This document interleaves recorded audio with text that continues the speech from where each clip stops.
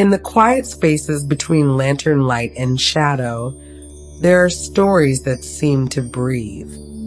In Japan, long before cities hummed with electricity, people spoke of foxes that were not entirely foxes.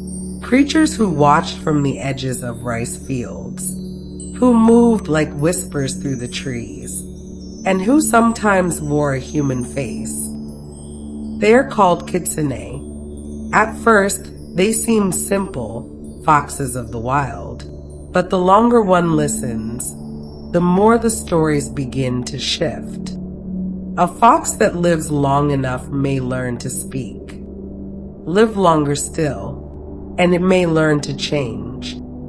Some become messengers of the divine, others become tricksters, or something harder to name. Their tales multiply with age, their wisdom deepens, their intentions grow, less certain. And so, across centuries, the Kitsune remained, not fully feared, not fully trusted, but never entirely ignored. This is Sleepy Legends channel. Tonight, we move slowly through these stories, not to solve them, but simply to sit beside them and see what they reveal. In the older countryside of Japan, where the edges of villages once dissolved quietly into forest and field, there were always moments when the ordinary seemed to loosen its hold. A path might look familiar in the daylight, but in the evening it felt slightly longer. A grove of trees might stand exactly where it always had, yet seemed to be watching in a way trees should not. And sometimes, at the edge of that awareness, there would be a fox. At first, nothing about it would seem unusual. Its movements were careful, light against the ground.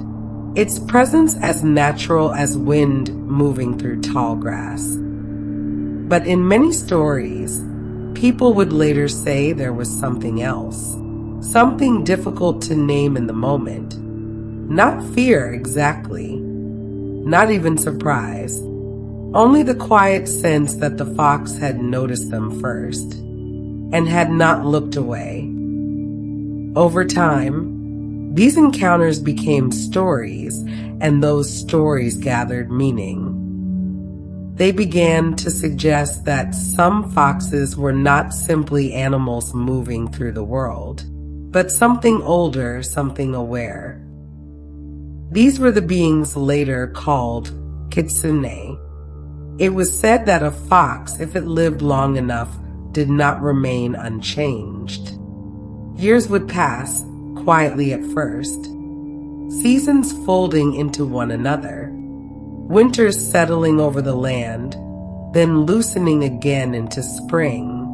And somewhere within that slow passage of time, the fox would begin to shift. Not all at once. There was no single moment where it became something else. Instead, the change was gradual, like the way a path forms in a field, not from one step, but from many.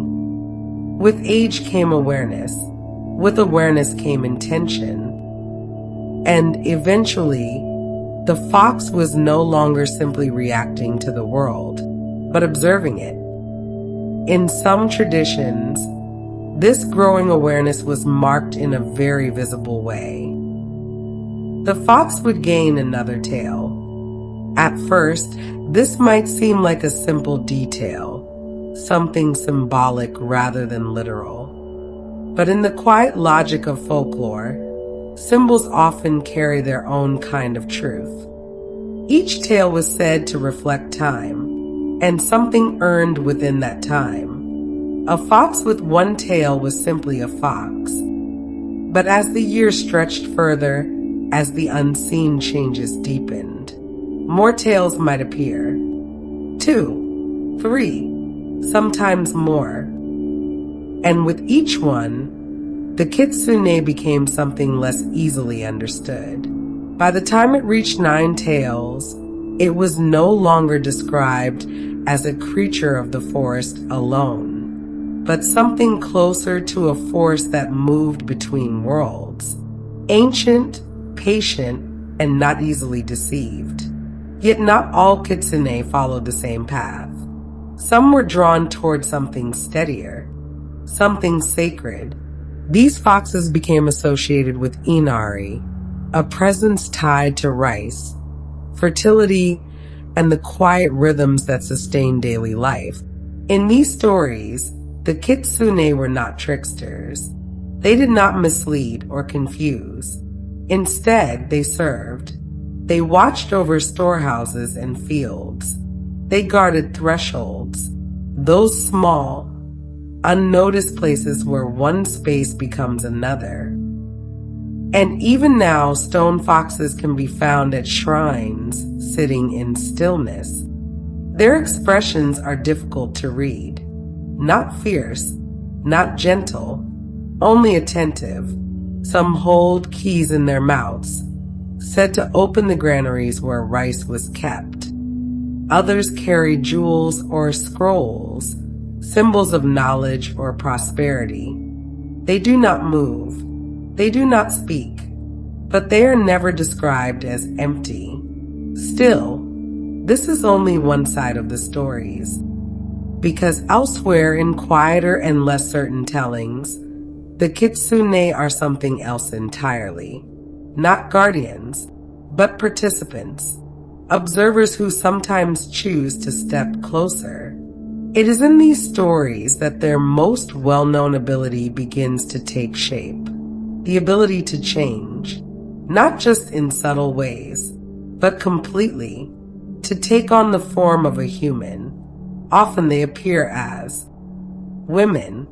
This detail repeats across many versions of the tale, though the reason is rarely explained directly. Perhaps it was because such a form allowed them to move unnoticed.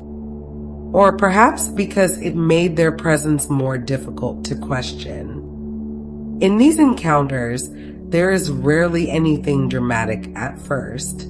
A traveler might meet someone along the road. A conversation might begin simply, without suspicion. The air would feel normal, the world unchanged. And yet, somewhere beneath the surface, something would not align. It might be small, a pause that lasts slightly too long. A smile that arrives just a moment too late. A sense difficult to explain, that the person across from you is listening in a way that is deeper than the words themselves. In some stories, the illusion is nearly perfect. In others, it falters. A reflection in water might ripple in the wrong shape. A shadow might stretch in a direction the light does not support. Or, just for an instant, there might be the faintest glimpse of something hidden, a tale where none should be. These details are rarely noticed immediately. More often, they are remembered later, reconstructed in the quiet hours after the encounter has passed. And by then, it is too late to return and ask what was real. Because this is perhaps the most consistent thread running through Kitsune stories. Not deception for its own sake, but uncertainty. They do not always harm. They do not always help. They simply move through the world in a way that shifts it slightly, just enough that those who encounter them are left with questions that do not fully resolve. And so, over time, people learn not to ask only whether a Kitsune was present, but something quieter and perhaps more unsettling, whether one had already been there, watching, listening, and choosing not to be seen. In the older countryside of Japan, where the edges of villages once dissolved quietly into forest and field, there were always moments when the ordinary seemed to loosen its hold. A path might look familiar in the daylight, but in the evening, it felt slightly longer.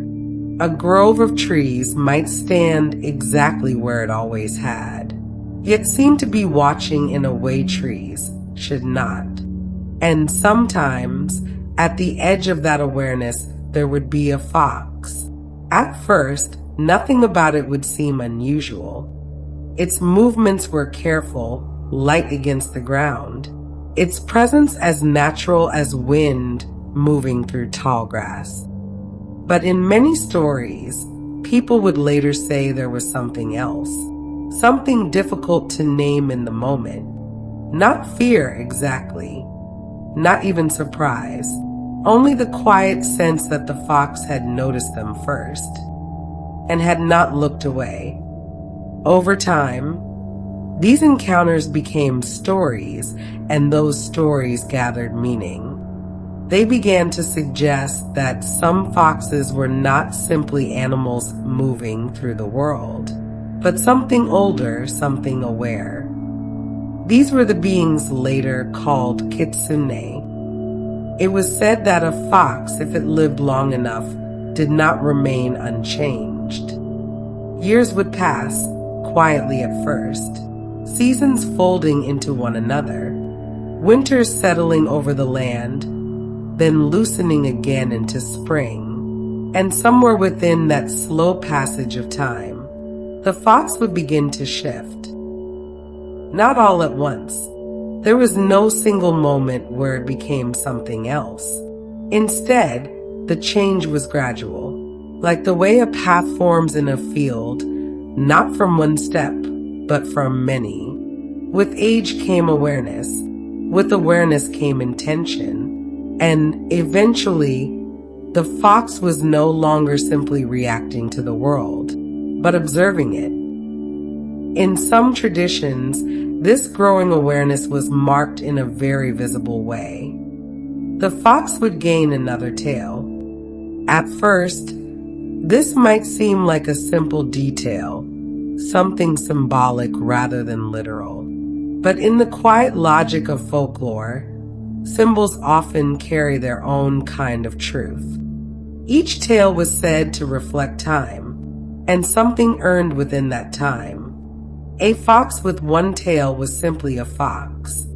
But as the years stretched further, as the unseen changes deepened, more tales might appear. 2, 3, sometimes more. And with each one, the Kitsune became something less easily understood. By the time it reached 9 tails, it was no longer described as a creature of the forest alone, but something closer to a force that moved between worlds. Ancient, patient, and not easily deceived. Yet not all Kitsune followed the same path. Some were drawn towards something steadier, something sacred. These foxes became associated with inari, a presence tied to rice, fertility, and the quiet rhythms that sustain daily life. In these stories, the Kitsune were not tricksters. They did not mislead or confuse. Instead, they served. They watched over storehouses and fields.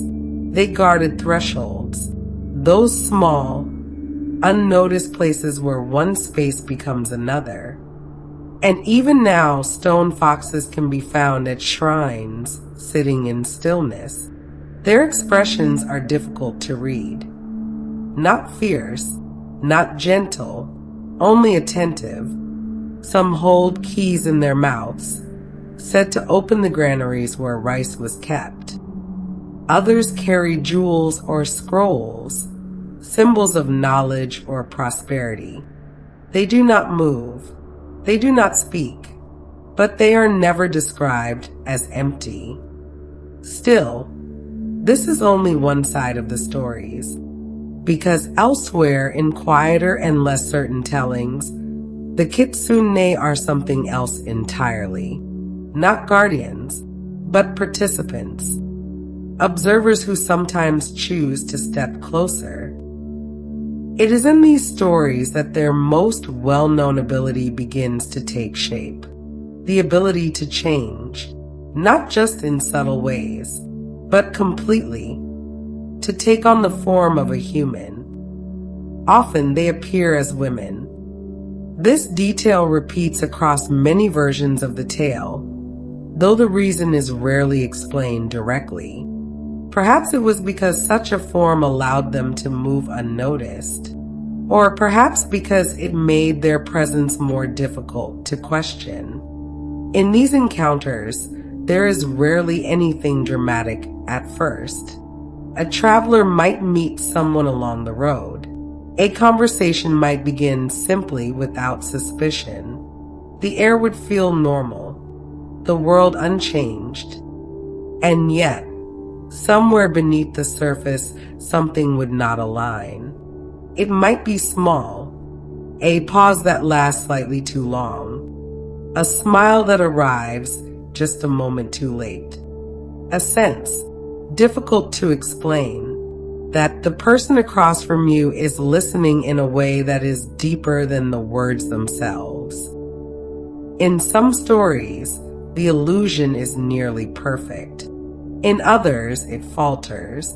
A reflection in water might ripple in the wrong shape. A shadow might stretch in a direction the light does not support. Or, just for an instant, there might be the faintest glimpse of something hidden, a tale where none should be. These details are rarely noticed immediately. More often, they are remembered later, reconstructed in the quiet hours after the encounter has passed. And by then, it is too late to return and ask what was real. Because this is perhaps the most consistent thread running through Kitsune stories. Not deception for its own sake, but uncertainty. They do not always harm. They do not always help. They simply move through the world in a way that shifts it slightly, just enough that those who encounter them are left with questions that do not fully resolve. And so, over time, people learn not to ask only whether a kitsune was present, but something quieter and perhaps more unsettling, whether one had already been there, watching, listening, and choosing not to be seen.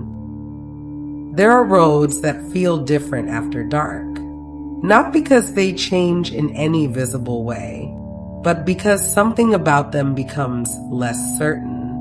The same path that seemed familiar in daylight may stretch a little farther than expected. The same landmarks may appear, but not quite where they should be.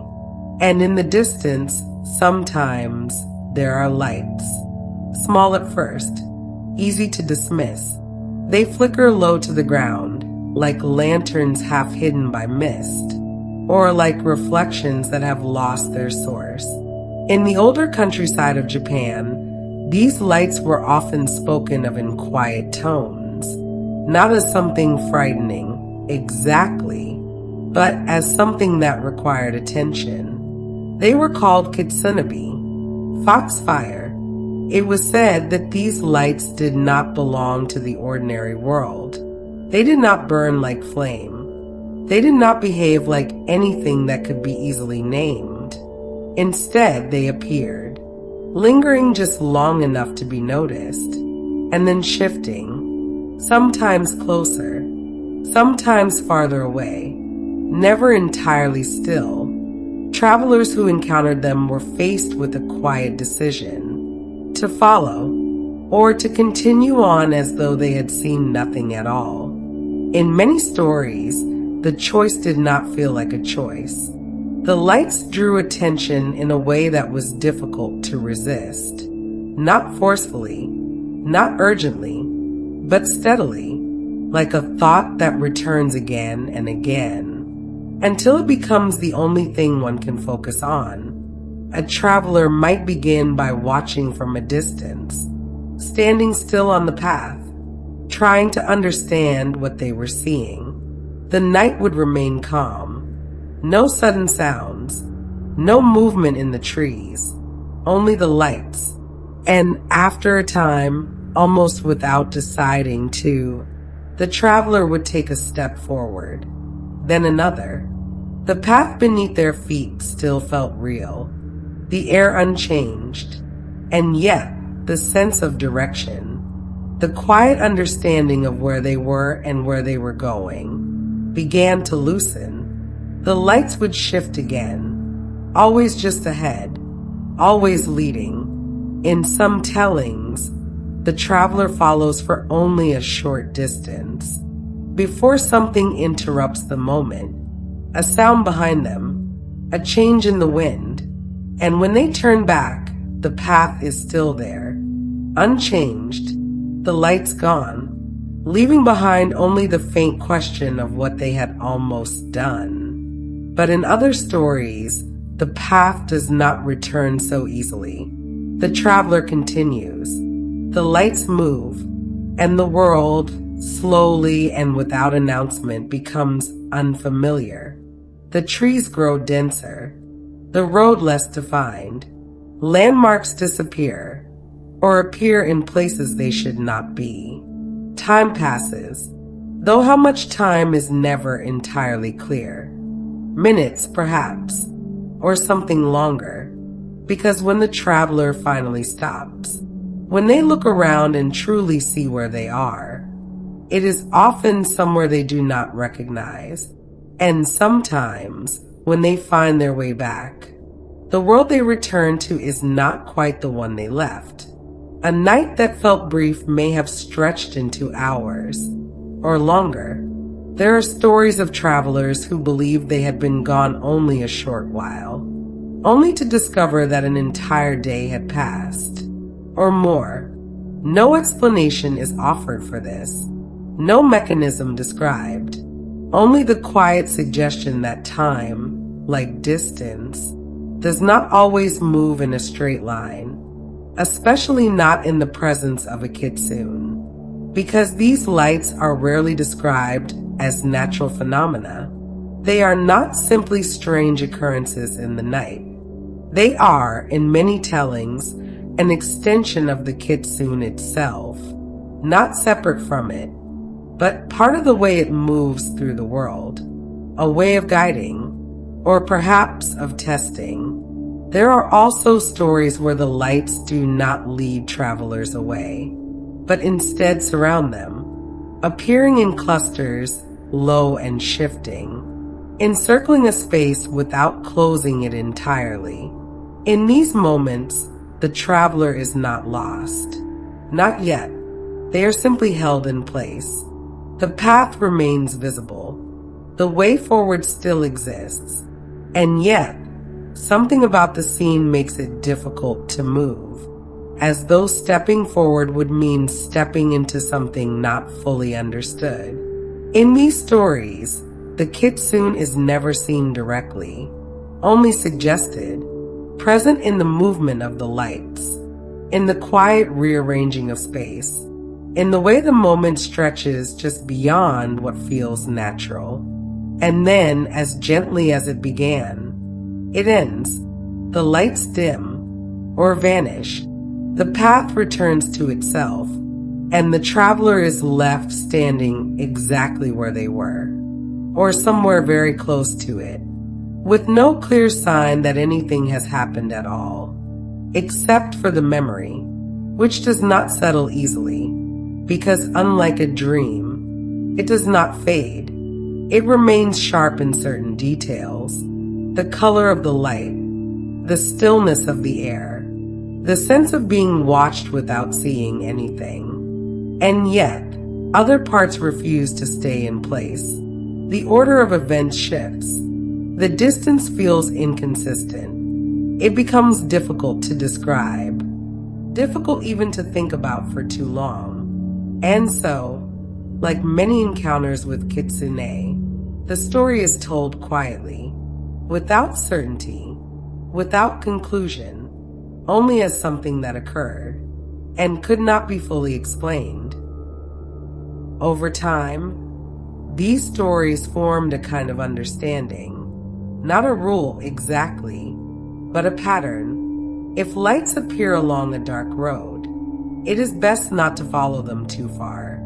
If the path begins to feel unfamiliar, OT may already be changing, And if something draws your attention without urgency, without force, but with quiet persistence, it may not be something that intends to be understood. Because Kitsune, in these stories, do not always act with clear purpose. They do not always deceive. They do not always guide. They simply create moments where the world becomes slightly uncertain, and then leave those who experience them to decide what, if anything, it meant. And so the roads remain, the same as they have always been, stretching between fields and forests, between one place and another.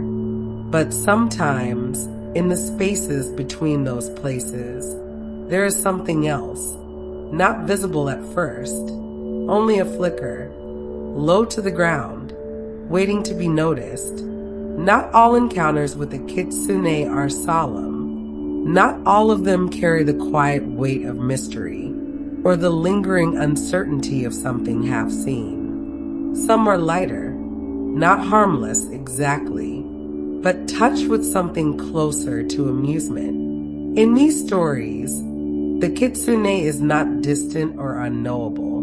It is present, engaged, watching closely, not from afar, but from within the moment itself, and sometimes choosing to interfere. It is said that Kitsune enjoy small confusions, not the kind that cause lasting harm, but the kind that gently unsettles the edges of ordinary life. A misplaced object, a conversation that seems to repeat itself in a slightly different way, a coin that is found and then later discovered to have never been there at all. These moments are rarely dramatic. In fact, they are so subtle that they might easily be dismissed. A mistake, perhaps, a lapse in memory. But in the quiet telling of these stories, there is often the suggestion that something else may have been involved, something watching, something curious. In one story, a man returns from the market carrying a small bundle of food.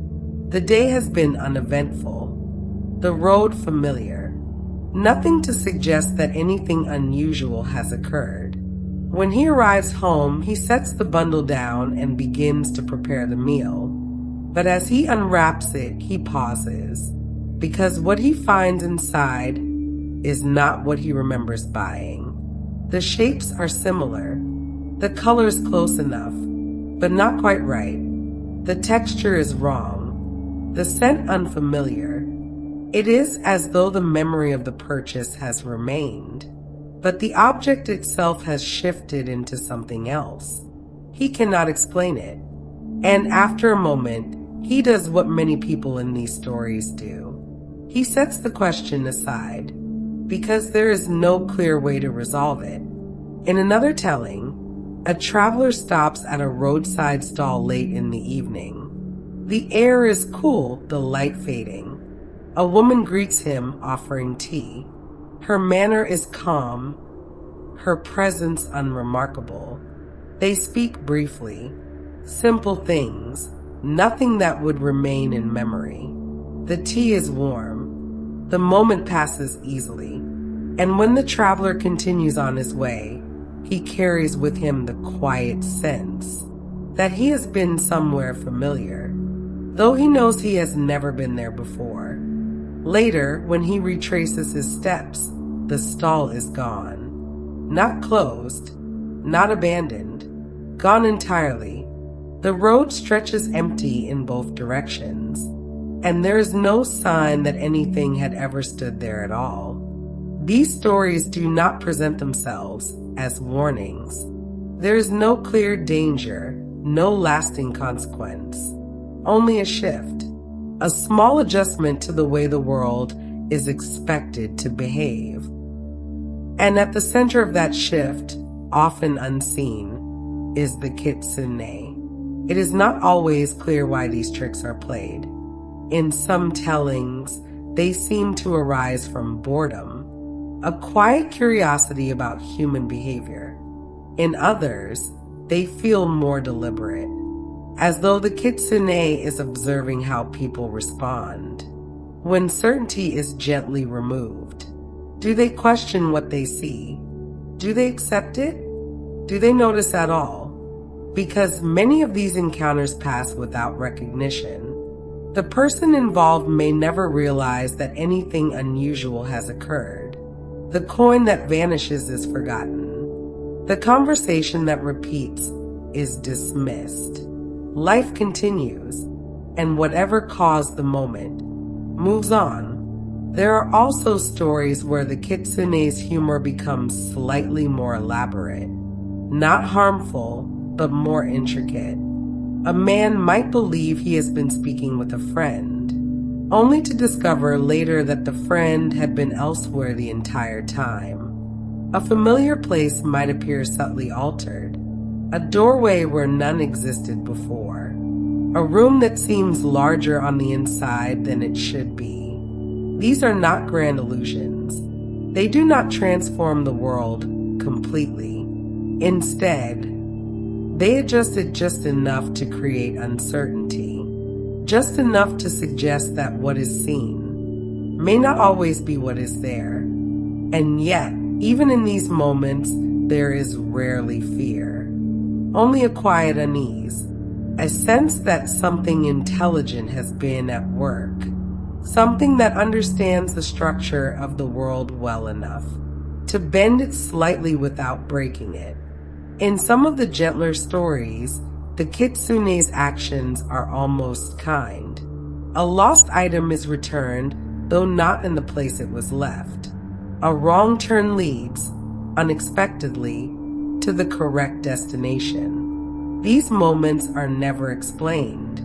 They are not presented as gifts, only as occurrences, small adjustments that seem to help. Though whether that help was intentional is never entirely clear. Because the kitsune, even in its most playful form, does not act in ways that are easy to define. It is not bound by human ideas of kindness or mischief. It does not follow rules that can be easily understood. Instead, it moves through moments, altering them, observing the results, and then continuing on. There is a quiet intelligence in this, a kind of awareness that is not concerned with outcomes, but with the experience itself. What happens when something familiar becomes unfamiliar? What happens when certainty is replaced, even briefly, with doubt? These are not questions the kitsune asks aloud, but they are present in the stories, lingering beneath the surface. And so, over time, people learn to accept these moments, without trying too hard to explain them. If something seemed slightly out of place, it might remain that way.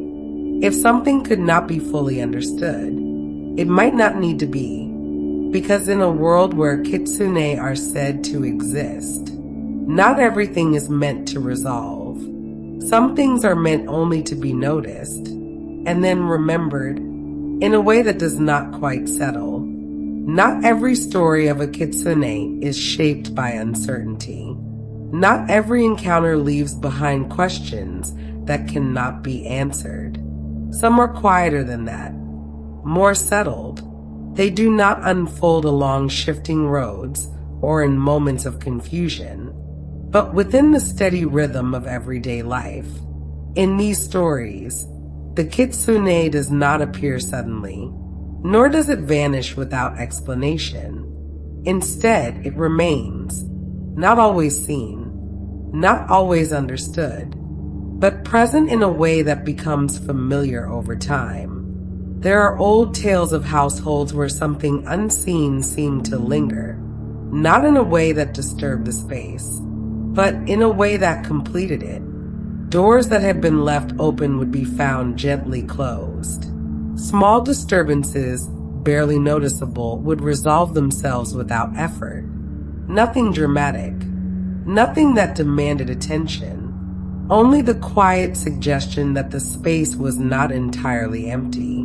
In some of these stories, The presence is recognized slowly, a glimpse, perhaps at the edge of vision, a movement too deliberate to be mistaken for chance. And then, eventually, the understanding begins to take shape. A kitsune has chosen to remain, not as a visitor, but as something closer to a guardian. These kitsune are often associated, once again, with inari, but unlike the distant, symbolic foxes that sit in stillness at shrines, these are described as active, attentive, involved in the quiet details of daily life. There are stories of families who believed they were being watched over, not with fear, but with a kind of calm acceptance. Crops would grow well, even in uncertain seasons. Small misfortunes would pass without taking hold. And though no one could point to a clear cause, there was a shared sense that something was helping. Not directly, not in ways that could be easily proven, but in small adjustments, subtle shifts that guided events away from harm. In one telling, a child wanders too far from home. The path curves through trees, unfamiliar and quiet. At first, there is no concern, only curiosity. But as the child continues, the surroundings begin to change.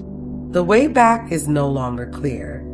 The forest deepens, and the sense of direction fades. It is here, in this moment, that something appears. Not suddenly, not with urgency, but as though it had been there all along. A fox, standing at a distance, still, watching.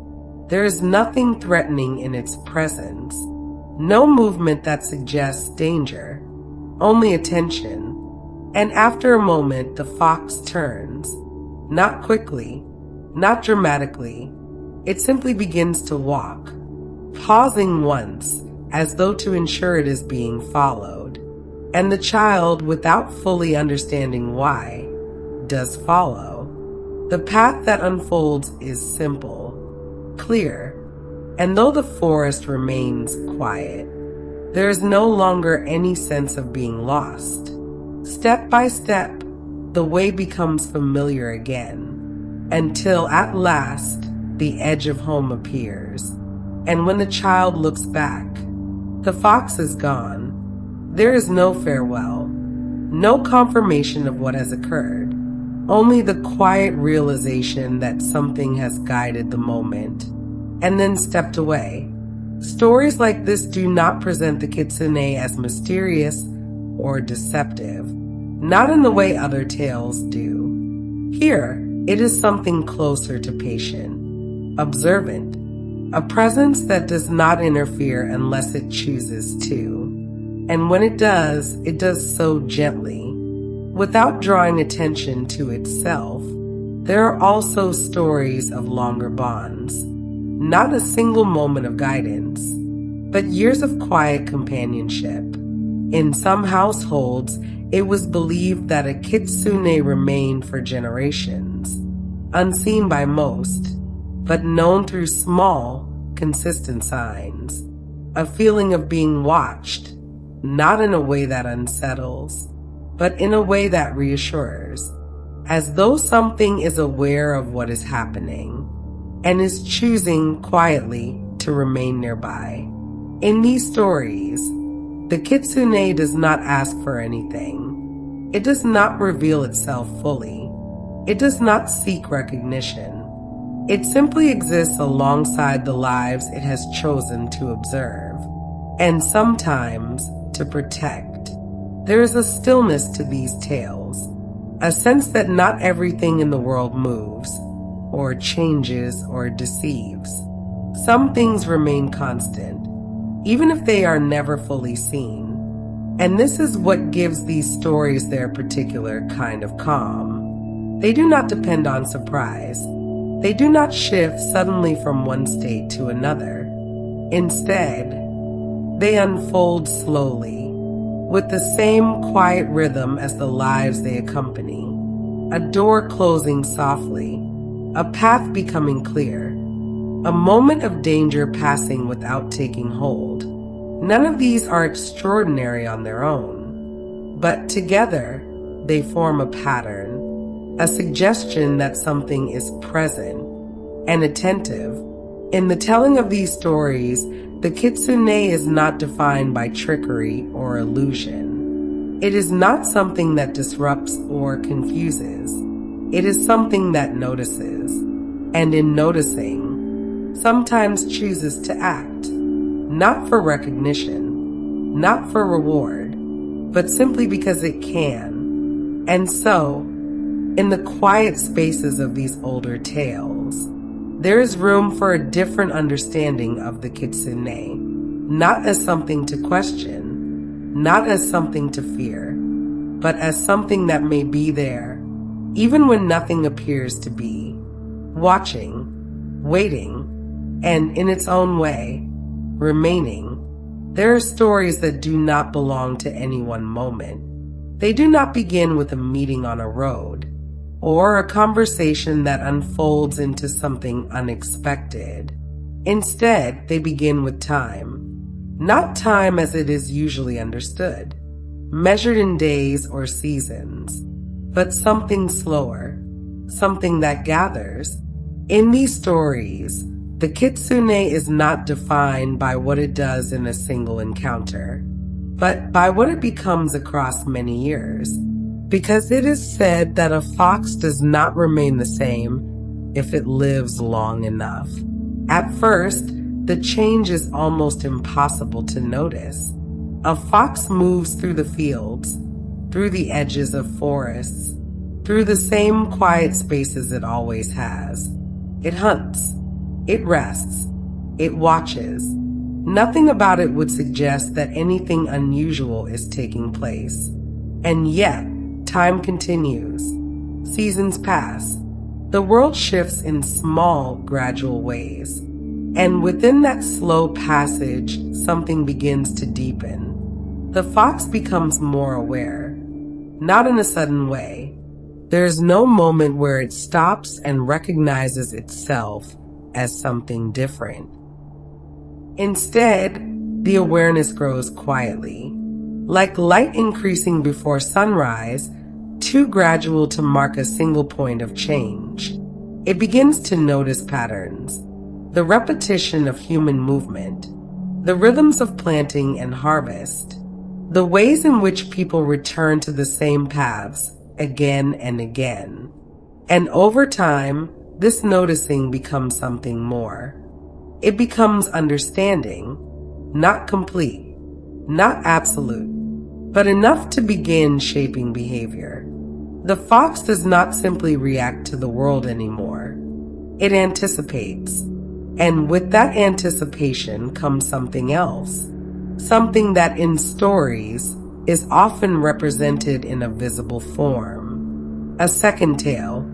There is no single explanation for how or when this happens.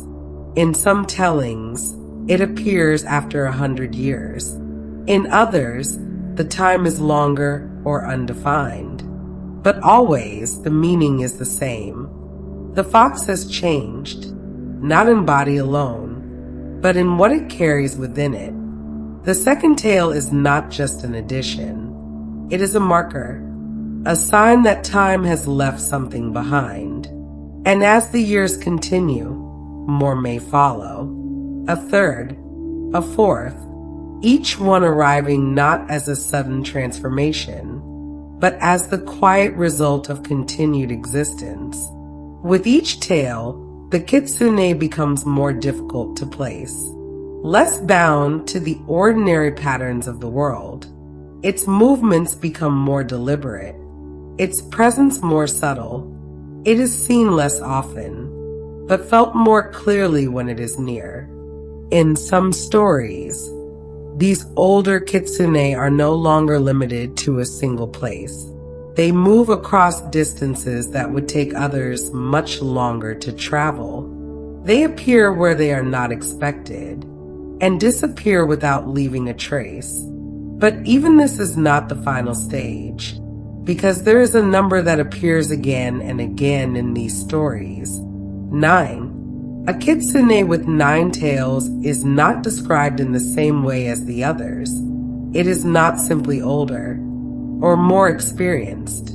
It is something else, something that has moved beyond the gradual changes of time into a state that feels almost complete. In some tellings, the 9-tailed kitsune is said to glow faintly, its presence marked not by movement, but by a kind of stillness that draws attention. In others, it is described as having knowledge that reaches beyond the present moment, not seeing the future in a clear or fixed way, but understanding the direction in which things are moving. There is no urgency in these descriptions, no sense of power used for dominance or control. Instead, there is a quiet balance, as though the kitsune has become something that no longer needs to act in order to influence what happens.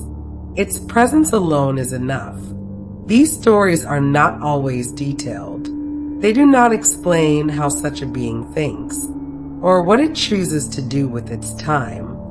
Instead, they leave space. They suggest that some things, once they reach a certain point, are no longer meant to be fully understood. And so the 9-tailed kitsune exists in these tellings as something both present and distant, a continuation of the same fox that once moved through fields and forests, and yet no longer bound to that beginning. It is still a kitsune, but also something more, something shaped not just by time, but by what time allows to accumulate. Awareness, patience, understanding. These are not qualities that arrive all at once. They cannot be taken or learned quickly. They must be gathered, slowly, over years that stretch beyond easy counting. And this is perhaps why these stories endure, because they do not focus on a single moment. They do not depend on surprise or sudden change.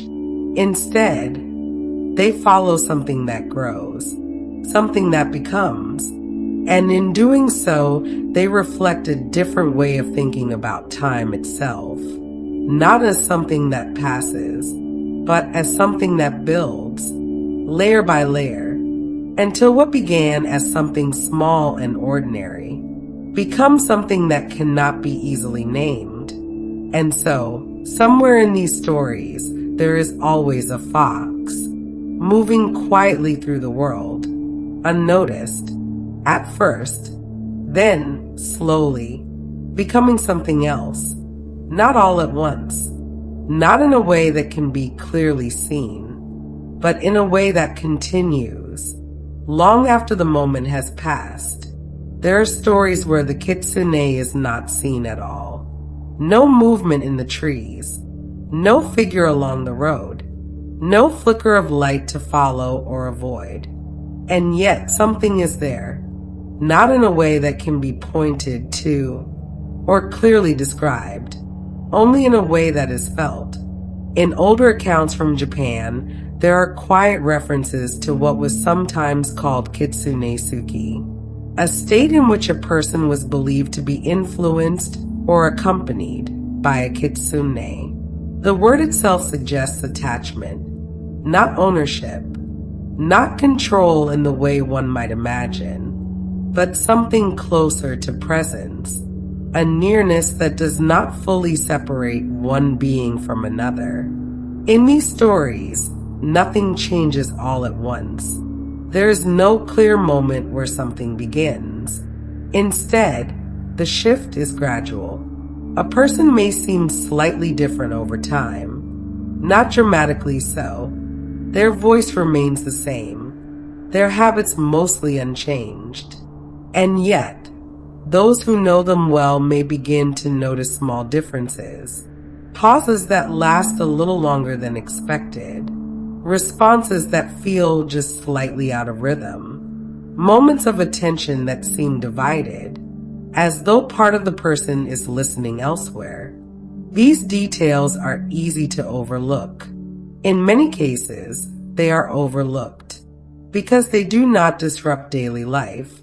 They do not interfere in a way that demands explanation.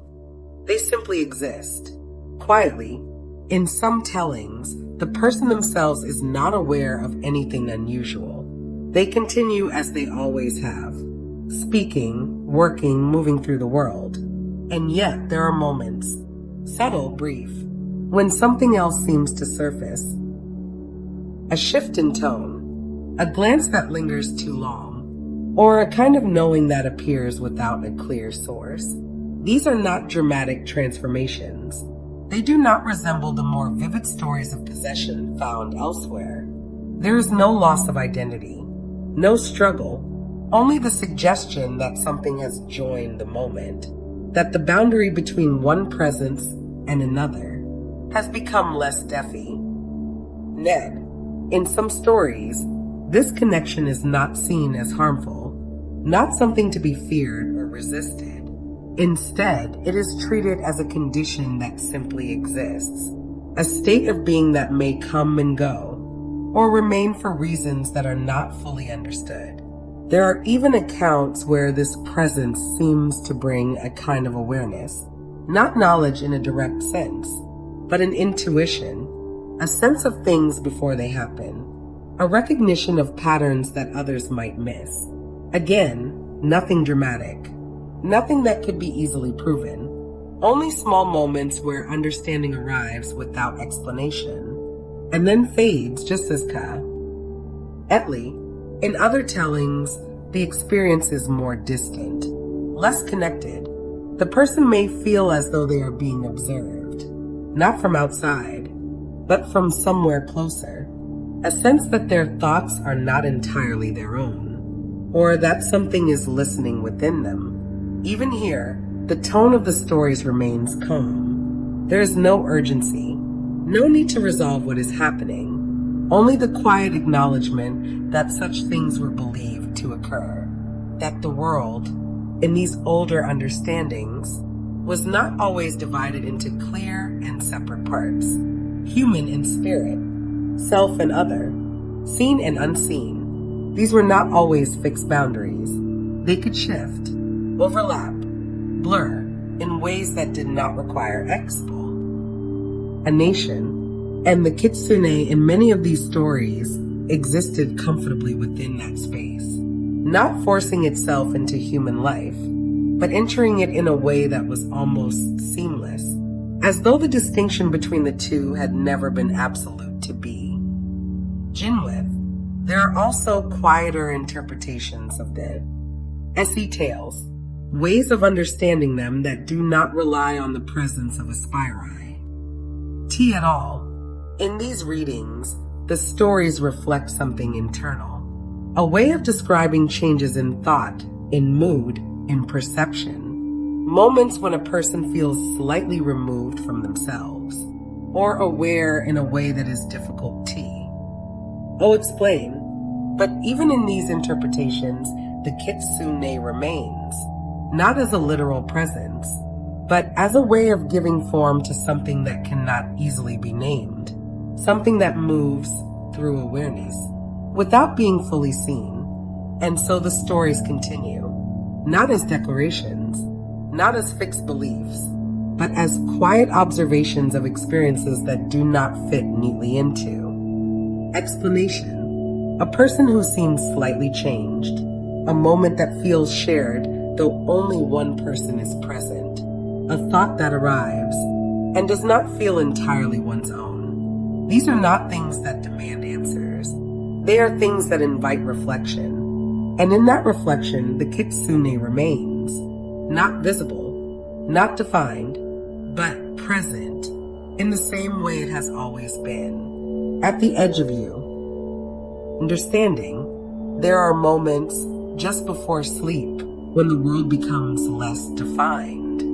Sounds soften, edges blur. Thoughts begin to move more slowly, no longer held in place by clear structure.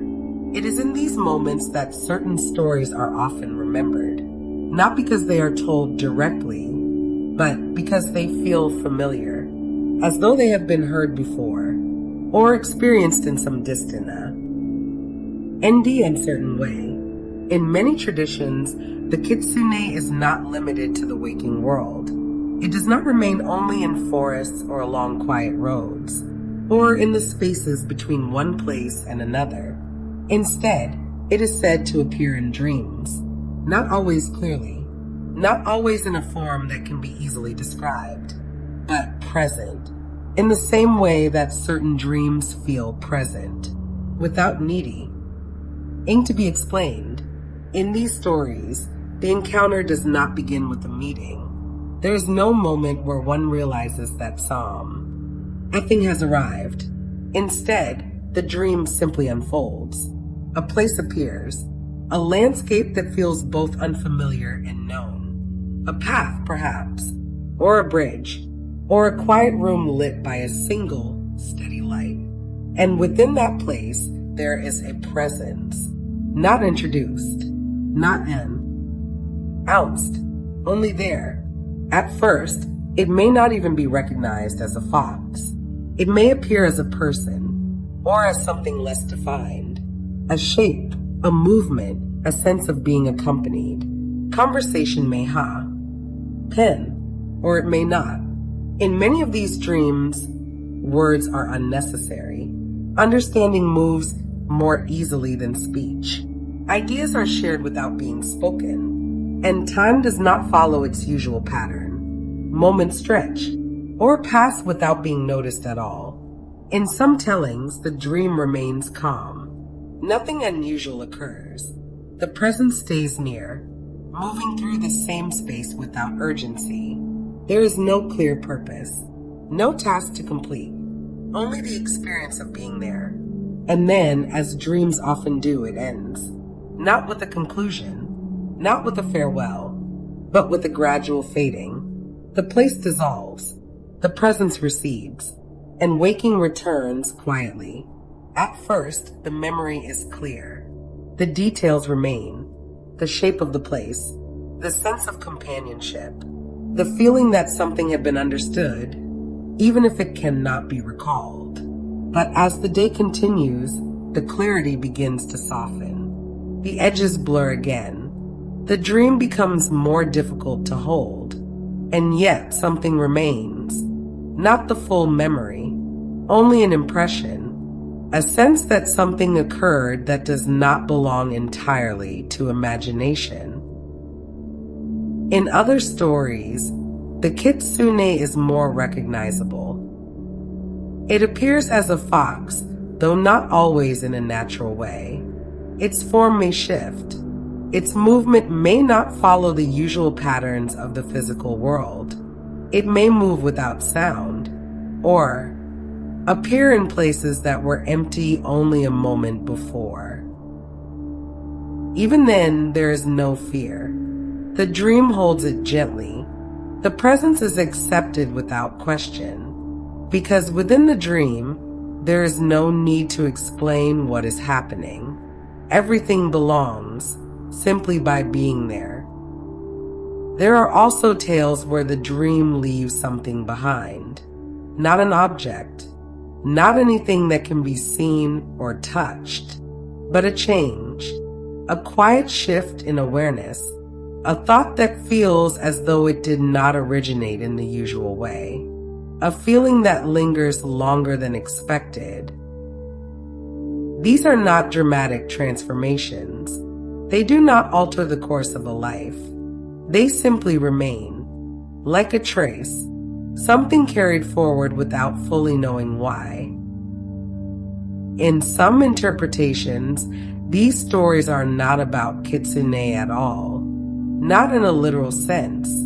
They are understood as reflections of the mind, the way thoughts move during sleep, the way memory and imagination blend.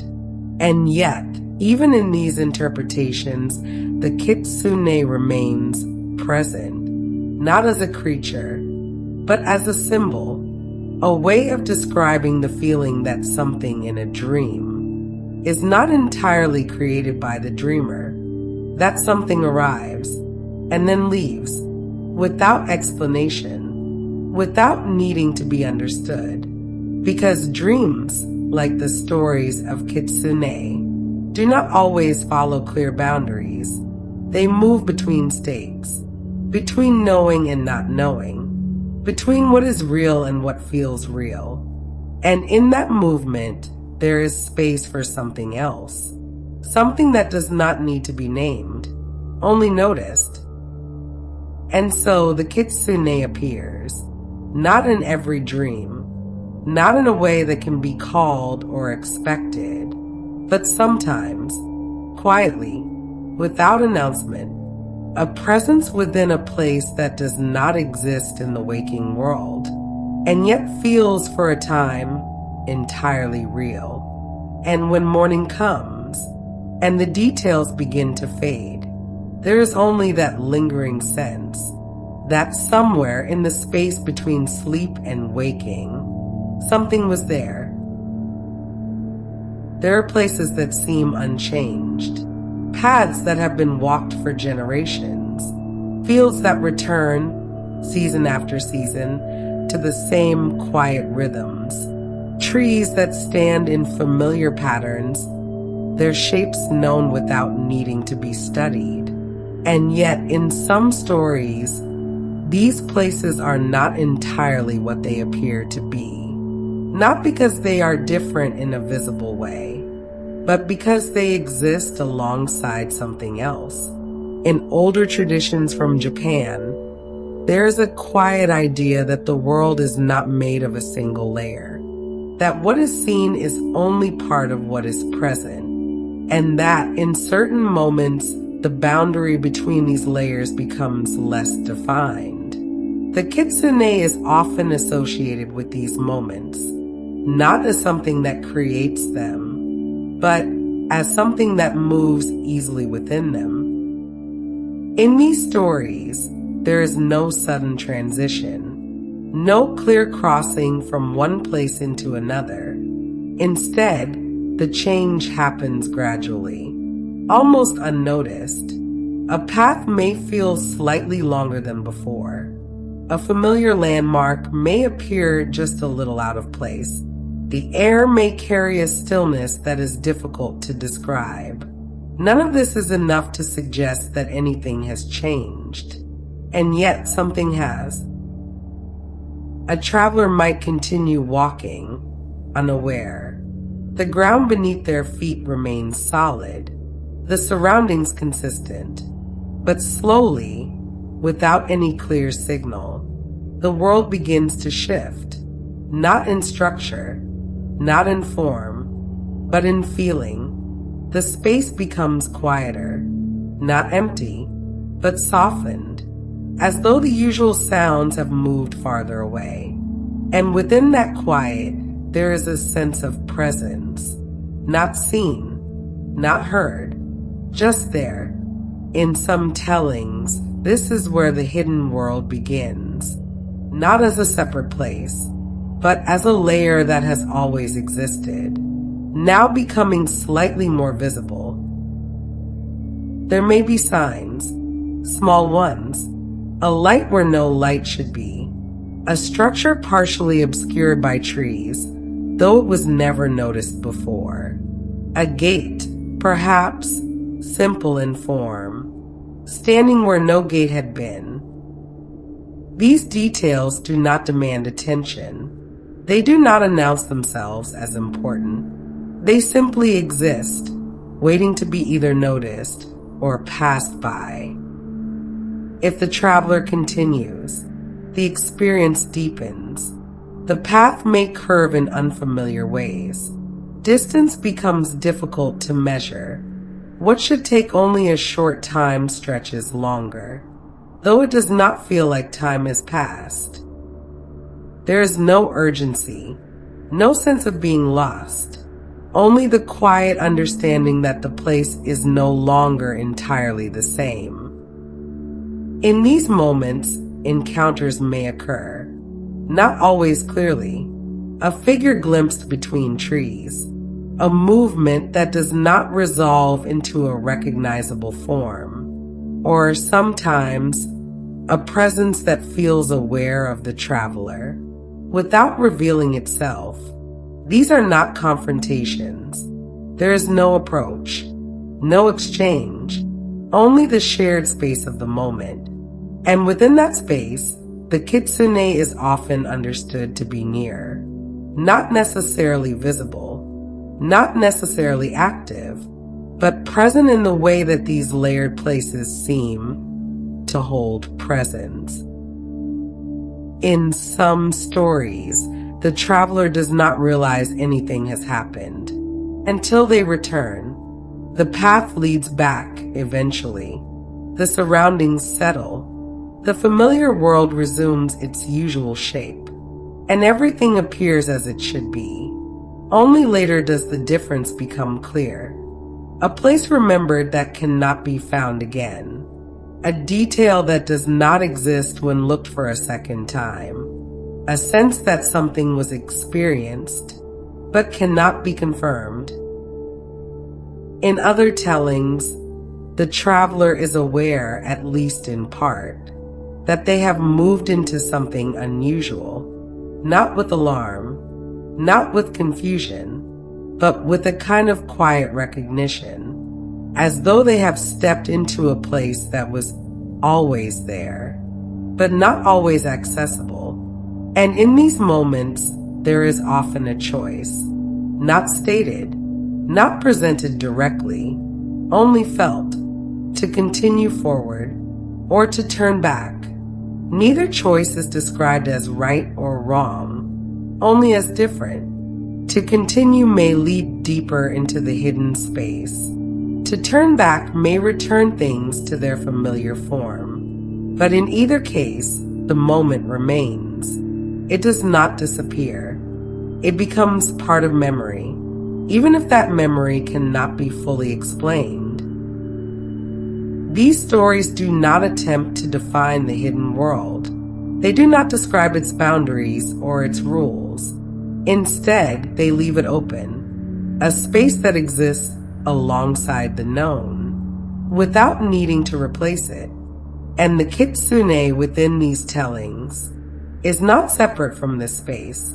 It belongs to it, moves through it, understands it in a way that others do not, which is why perhaps it appears when these moments occur, not to guide, not to mislead, but simply because this is where it exists, in the spaces between what is seen and what is only suggested.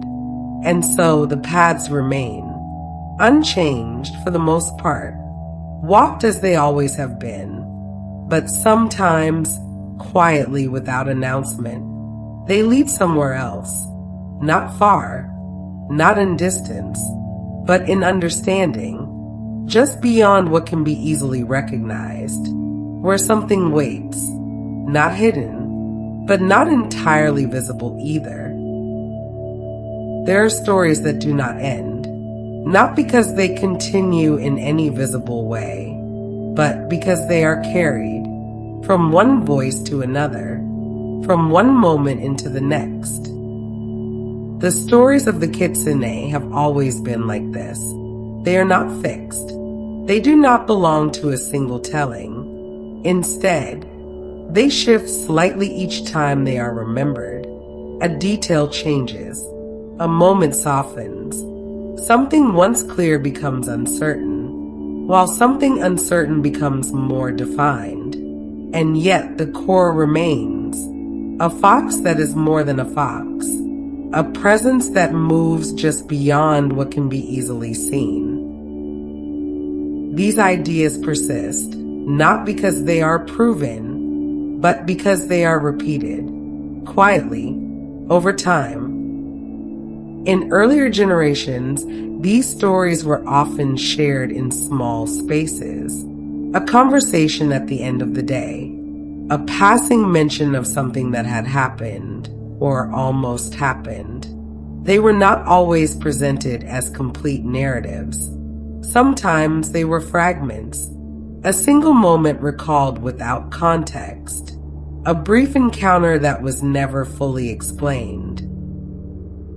And it is in this form that they endure most easily, not as full accounts, but as impressions, because impressions are difficult to dismiss. They do not ask to be believed. They simply remain. In modern times, the settings have changed. The roads are clearer, the boundaries between places more defined. Light reaches further into the night, and yet, the stories have not disappeared. They have only shifted.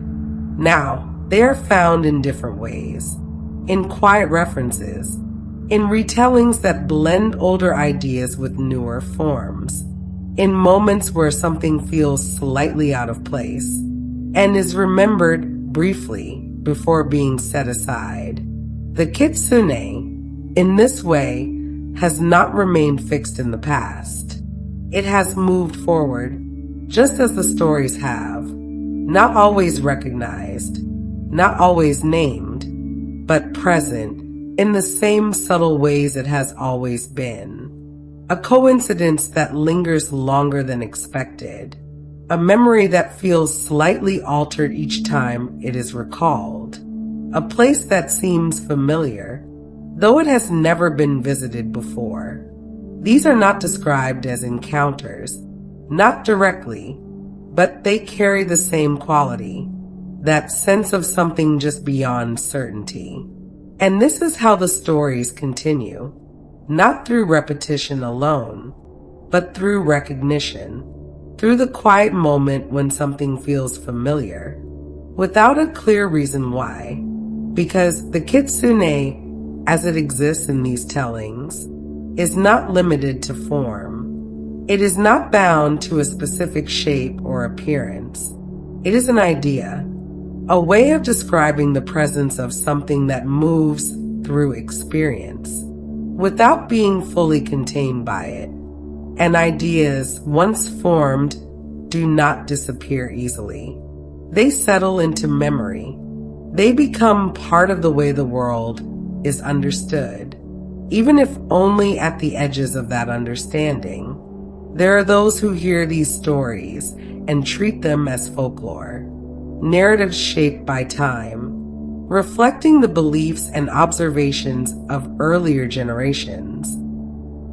And there are others who listen more quietly, who do not seek to confirm or deny, but simply to notice, to recognize that not everything needs to be resolved in order to exist, that some things remain because they are not fully explained. And perhaps this is where the Kitsune is most present, not in a specific place or a specific moment, but in that space between explanation and experience, where something is felt, but not defined.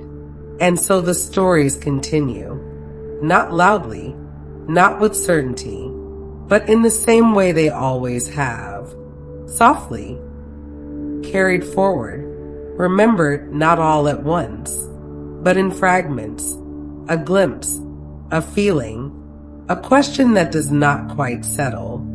And somewhere within those fragments, the Kitsune remains, not as something that was, but as something that, in a quiet and uncertain way, still is. There is a kind of presence that does not announce itself. It does not arrive suddenly. It does not draw attention. It simply exists, and continues to exist, whether it is noticed or not. In many of the older stories, this is what the Kitsune becomes over time. Not a figure that appears and disappears, not a voice that speaks or a shape that changes, but something quieter, something that watches. There are fields that feel empty at night, wide, open spaces where nothing seems to move. And yet, standing there is often the sense that the space is not entirely unobserved, not in a way that causes unease, not in a way that suggests danger, only in a way that suggests awareness. as though the stillness itself is not empty, but attentive. In these moments, the kitsune is not seen. There is no movement along the edges of the field, no sound in the grass, only the feeling that something is present, just beyond what can be clearly perceived. This is not a new idea. It is not something that appears suddenly in the stories. It is what remains after everything else has been set aside, after the shifting roads, the quiet illusions, the stories of transformation and time. There is this, a presence that does not need to act in order to exist. In some tellings, this presence is connected to place, a particular field, a certain path, a grove of trees that has remained unchanged for many years. The kitsune does not move far from these places. It does not wander. It remains, watching the same patterns unfold, the same cycles repeating, day into night, season into season. There is no urgency in this, no sense of waiting for something to happen, because everything that happens is already part of what it observes. In other stories, the presence is less tied to a single location. It moves, but not in a way that can be followed. It appears in different places, not as something traveling, but as something that is simply there. In this way, the kitsune becomes less like a creature and more like a condition, a state of awareness that exists within the world, rather than moving through it. It does not need to be seen to be present. It does not need to be understood to exist. And this is where the stories grow quiet, because there is less to describe, fewer events, fewer moments that can be clearly told, only the sense of something that remains when everything else has passed. There are those who have tried to give this presence a shape, to imagine where it stands, what it sees, how it understands the world it watches. But the stories do not settle on a single answer. They leave it open, because to define it too clearly would be to limit it. And the kitsune in this form is not limited. It is not bound to a single appearance or a single way of being. It is the possibility of presence itself, the idea that something may be there, even when nothing can be seen. And so, in the quietest moments, when the world has settled, when movement has slowed, when there is nothing left to follow or to question, there is still something. Not changing, not approaching, only watching, not with intention, not with judgment, but with a kind of awareness that does not need to be explained. And whether it is noticed or not, whether it is believed or set aside, it remains. And so the stories settle, not into an ending, but into something quieter, something that does not need to continue in words in order to remain.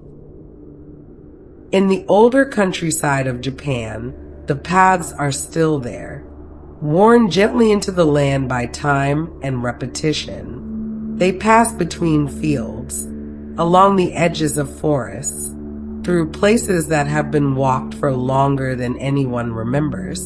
During the day, they are simple, clear.